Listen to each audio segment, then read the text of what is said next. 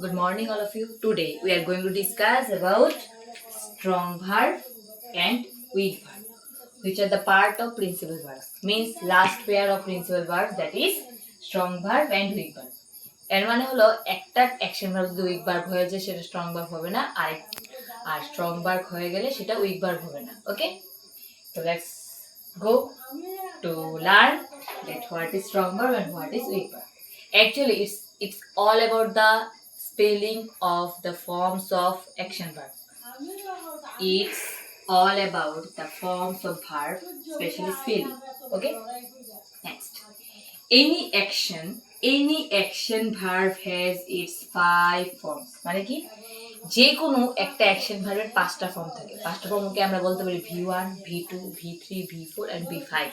Let's go to learn V1. V1 also called as basic form. V2 also called as past form, PAST, past form. V3 also called as past participle. V4 also called fourth form, also known as S or ES form. And fifth form, V5 means ki verb fifth form, also called as ING form. Stop. Fifth form, ING form. Okay. Already আমরা দেখতে পাই যে fourth form মানে ING form and fifth form মানে S by ES form, but আমি এখানে করাবো যে ফোর্থ ফর্ম হলো S by ES form and fifth form হলো আইএনজি ফর্ম, বিকজ নেক্সট যে টপিকগুলো আছে ওইগুলোর মধ্যে আমি fourth form as S or ES and fifth form as ING ফর্মই করাবো। I hope you have understood. Now go to the forms of the verb. Like one verb is go.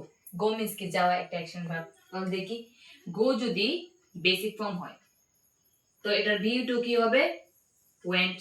V3 gone. V4 go plus S or yes goes. V5 go plus ing means going. Okay?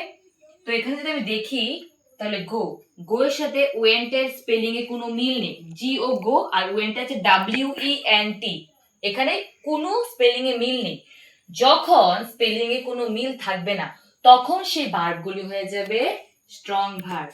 This are called strong verb. যখন ভার্বের forms গুলির মধ্যে কোনো মিল থাকবে না তখন সেগুলিকে বলবো আমি স্ট্রং ভার্ব। ওকে, নেক্সট কিল। यहाँ पर কিল, কিল, কিল, কিলস, কিলিং। কিল আছে এখানে, কিল এখানেও কিল আছে, এখানেও কিল আছে, এখানেও কিল আছে এন্ড লাস্ট ওয়ান এখানেও কিল আছে।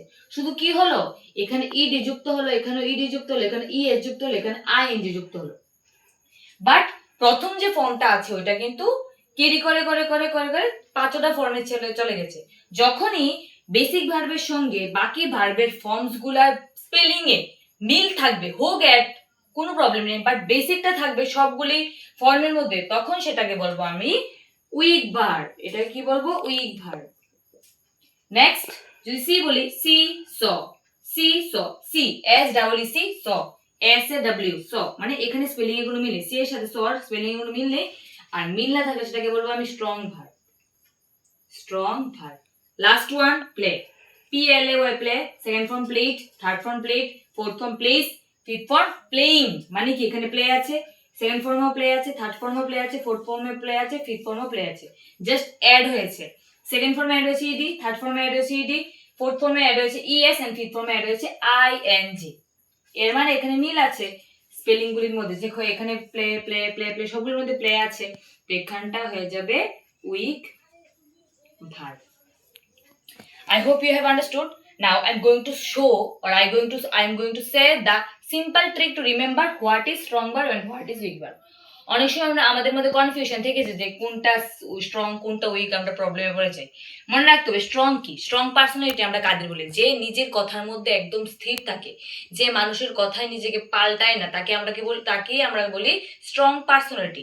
সেম ভাবে যখন ভার্বের ফর্মগুলো চেঞ্জ হয় না, চেঞ্জ হয়ে যায়, মিন্স যেটা যার মতো আছে, মানে চেঞ্জ হয়, নিজের অস্তিত্ব নিজে বজায় রাখে, কারোর কথা অনুযায়ী কারোর সঙ্গে মিলে মিলে চলে না, যে আমি ওর সঙ্গে মিলে চলো, ওর সঙ্গে মিলে চলো, মিলে চলে মানে কি আমি আমার নিজের কোনো ইন্ডিভিজুয়াল পার্সোনালিটি নেই। আমি বললাম যে আমি এটা করবো, হঠাৎ করে আরেকজন থেকে শুনলাম যে এটা ঠিক আছে ঠিক আছে ওটাই করে নেবো, এরকম না। স্ট্রং মানে কি নিজে যা আছে তাই থাকবে। যেমন গো গো, ওয়েন্ট ওয়েন্ট, গো এর সাথে ওয়েন্টের কোনো মিল নেই, এমন আছে গো এর সঙ্গে আমি কোনো একটা অ্যাড করে সেটা দ্বিতীয়টা হয়ে গেছে, এরকম না। আর উইক ভার্ব মনে রাখার মেইন টেকনিক আমি বলে দিই, উইক, WEAK, উইক। তো উই, প্রথমে দুটো ওয়ার্ড যদি উই মানে কি আমরা, আমরা মানে কি আমরা সবাই যখন একসাথে থাকি তখন বলি আমরা আমরা, মানে মিলে যখন থাকি তখন আমরা বলি উই। আর যখন সিঙ্গেল থাকি I, me or you or সে, শি অর হি এরকম ভাবে বলি, বাট যখন একসাথে থাকি তখন বলি আমরা আমরা। আর আমরাকে ইংলিশে বলি উই। তো যখন আমরা মিল পাবো, যখন ভার্বের ফর্মস গুলোতে মিল পাবো তখন সেটাকে বলবো উইক ভার্ব। তো আমি এটাই বলবো যে স্ট্রং ভার্ব যদি মনে নাও থাকে, উইকটা মনে রেখে দেবে যে উইক মানে কি। উইক মানে হলো যখন ভার্বের ফর্মস গুলোর মধ্যে স্পেলিং গুলোর মধ্যে মিল থাকবে তখন সেগুলি হবে উইক। আর আমরা জানি একটা জিনিস যদি ট্রু না হয় তাহলে সেটা অবশ্যই ফলস হবে। তাহলে আমি যদি উইক ভার্বের ফর্মুলাটা মনে রেখে দিই তাহলে উইক না হলে কি হবে, স্ট্রং হয়ে যাবে।